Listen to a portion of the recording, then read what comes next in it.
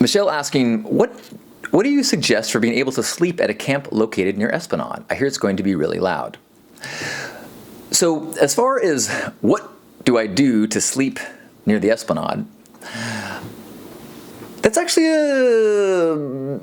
it's more important to know where exactly your camp is and what your neighbors are. The blocks at Burning Man are big. So depending on who's right next to you as far as neighbors, that can be pretty critical. The only thing you have to worry about in Esplanade is art cars driving right in front of you, but there's even limited hours for that.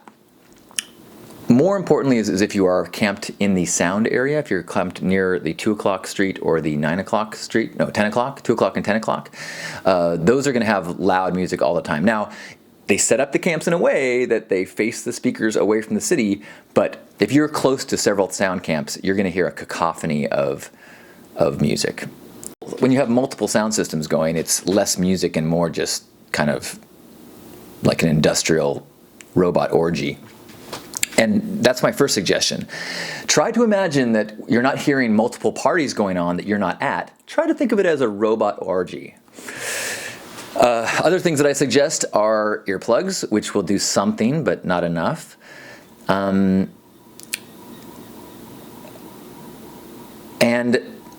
if you are comfortable with doing so, I'm not above sleep aids.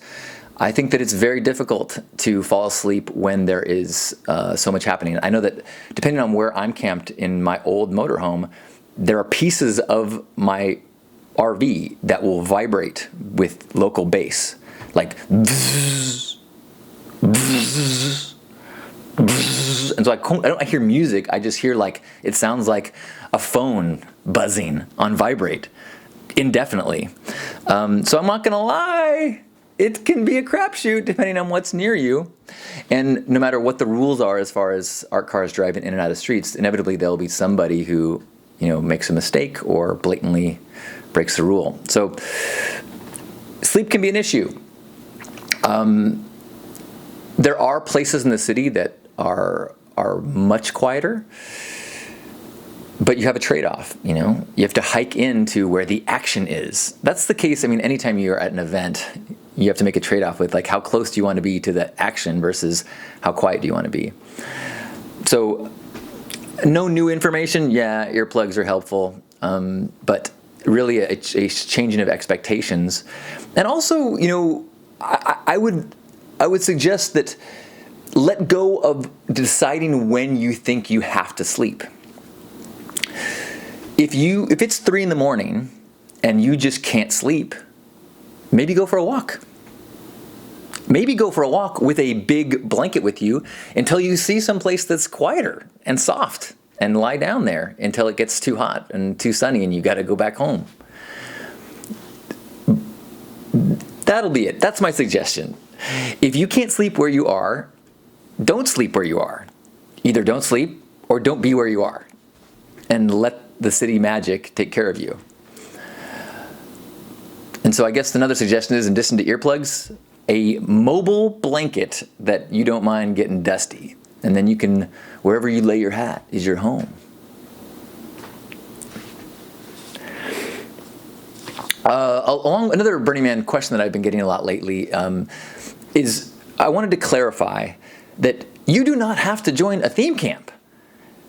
People seem to think that it's my first year, I don't have a camp, and I get lots of emails from people who see Pink Heart listed as a theme camp, and they email our general email box and ask about camping with us. And Pink Heart has been full for a while now. We try to keep our size at about 100, which makes very few openings for new members, and so we have a pretty strict sponsorship program where new people have to be sponsored by an existing member so that we can get enculturation, very effective transferring of information, so that everybody who's a part of our group knows exactly what's going on and is from the get-go a part of the enhancing of the Black Rock City vibe and the 10 principles.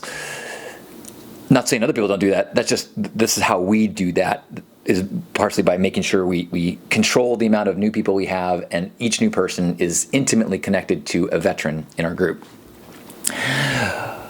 But you do not have to be a part of a theme camp. You can go out in a 2-person tent And as long as you have all your water and food, you will find the resources you need. Yes, you will wish that you had more shade, but your neighbors will have more shade. Or you'll walk down the road to where Pinkheart is and you'll turn out, oh my gosh, every time I can't handle it in my tent or I don't have anywhere to hang out, I wander down to the shade at Pinkheart until that's boring, then I find another place that's cool to hang out. Many thousands of people bring stuff because they want to share it with you. If you join a theme camp, you do so because you want to be part of a group that brings big things to share with people, whether that is food, whether that is shade, whether that is entertainment. But you don't have to be a part of those big gifting. You can also be a receiver of those big giftings. All that being said, yes, you should still read the survival guide. You should still read as much as you can and be as prepared as you can, because it is nicer to be able to sit in a limited amount of shade, with your cooler next to you and, eating hard-boiled eggs or, beef stew from a can. But you don't need anything extravagant. In fact, I'm grateful for the years that I spent in broken tents, and granted, my RV is an 83 and it is not the luxury of what you might picture when you think of a motorhome. But it does get me off the dust, and it is a much more plush experience than putting an air mattress in a two-man tent. But my experiences when I did have a big tent were priceless. You don't go to Burning Man to make sure all of your comfort from home comes with you. You go to get your ass handed to you so that you can surrender. Because it's only in that place of letting go, I guess I'm not going to be clean this 24-hour period, 48-hour period, 72-hour period. It's in those places that you might actually do that. You know what? I can't sleep here. I'm going to wander around until I find some place to lie down. Like, that's an insane, courageous thing to do. But you will only do it if your circumstances, like, oh my gosh, my tent pole's all broke. I have to ask someone if I can snuggle up with them, or wander around until I find a dome that has space in it, or a installation that seems to be protected from the wind that I want to huddle up next to. Keeping in mind that you huddling up in an installation doesn't mean that it's yours and you claim it. It means that you become a part of that art for the next people that approach, which might be a fun way to make it all come together. Take on a character. Start playing the role of innkeeper of this sculpture. Take on an accent. Because, I do so well when I take on an accent. It is not any one perfect country. It is, offensive to many people when I do accent. Yes? Yes. I will see you at home, in the Burning of the Man.